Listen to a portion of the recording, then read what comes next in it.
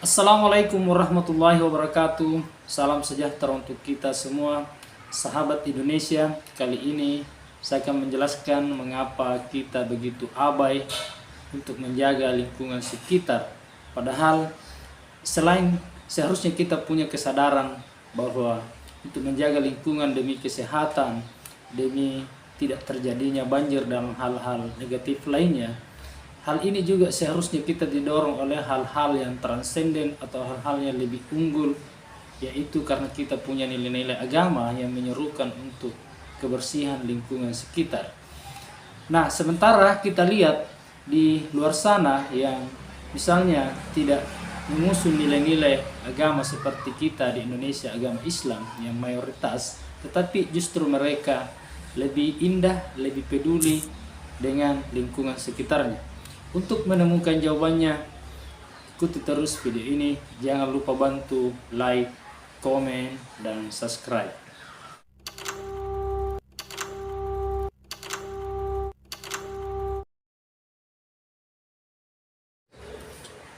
Ketika kita berjalan di hampir seluruh Indonesia ini, ya tidak semua ya, ada beberapa provinsi yang lumayan bersih provinsinya, kita akan selalu dipertontonkan dengan sampah yang berserakan, sebuah tempat sampah yang tidak terurus dengan baik, di pasar-pasar yang kumuh, bahkan agak busuk. Nah, mengapa bisa seperti itu?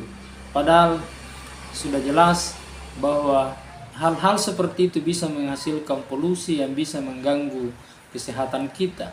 Kemudian sampah-sampah yang tidak terurus dengan baik itu bisa mengakibatkan banjir.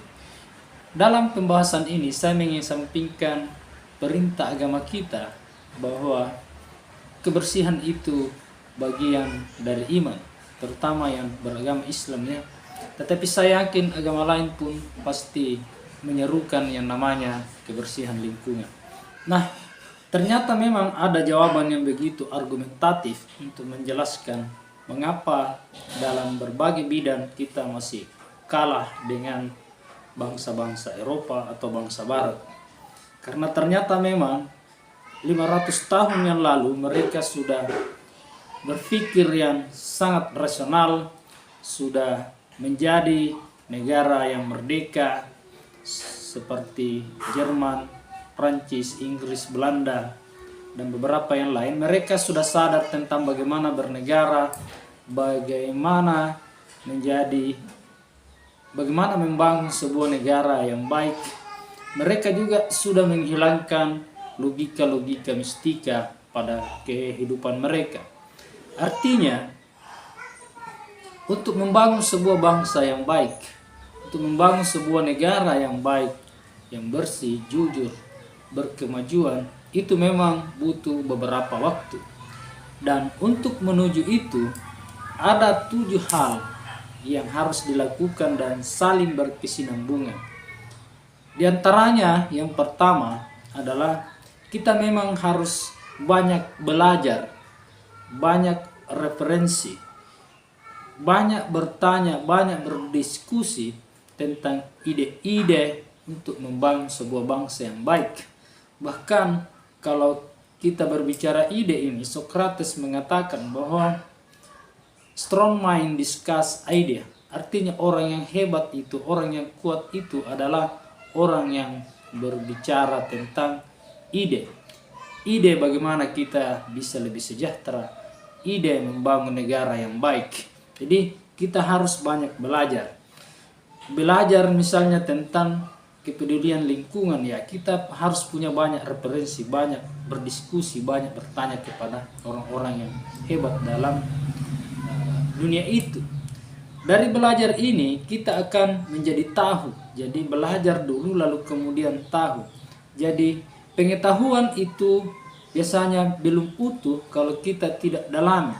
Makanya dalam filsafat itu kita harus berpikir secara mendalam dan radikal, kemudian komprehensif, meluas, dan seterusnya.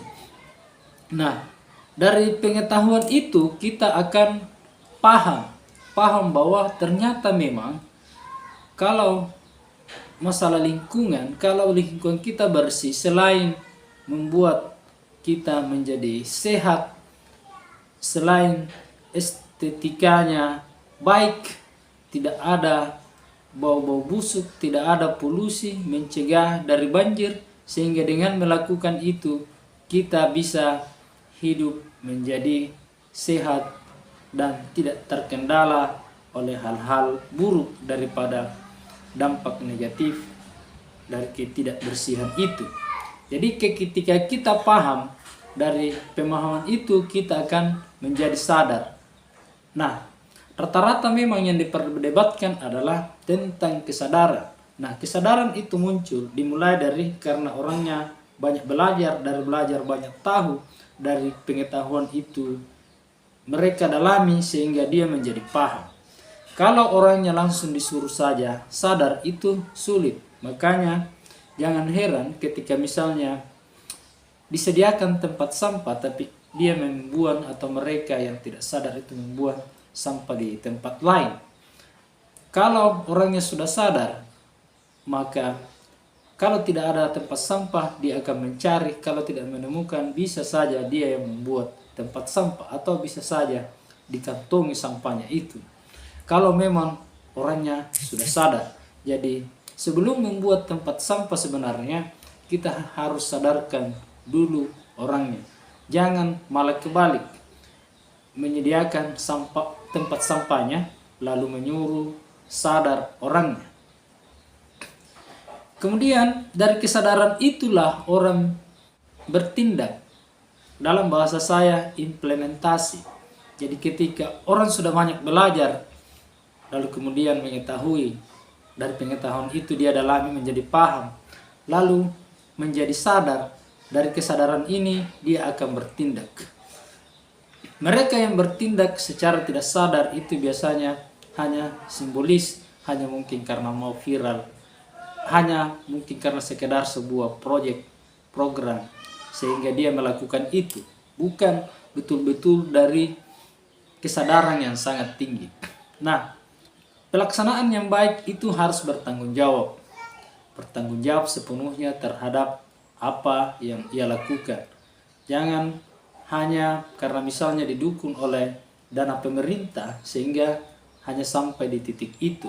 Seharusnya dia bertanggung jawab untuk meneruskan kepada orang-orang atau generasi-generasi yang lain bahwa hal ini sangat penting untuk dilakukan. Dengan cara seperti itu maka kita berada di posisi tertinggi, yaitu menginspirasi. Ketika kita melakukannya dengan baik, daerah kita menjadi bersih misalnya, akan menjadi percontohan. Maka kita termasuk orang yang menginspirasi orang lain. Jadi memang tidak mudah untuk melakukan itu, tetapi saya kira sangat mungkin kita lakukan.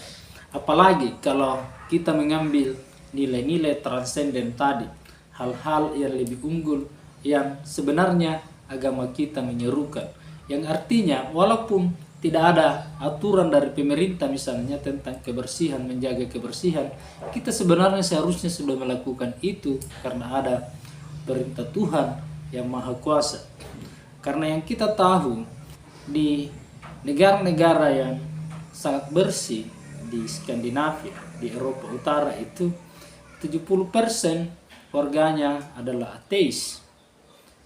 Sementara kita yang beragama, yang punya nilai-nilai yang begitu tinggi, malah kalah dari mereka. Seharusnya kita lebih unggul dari mereka.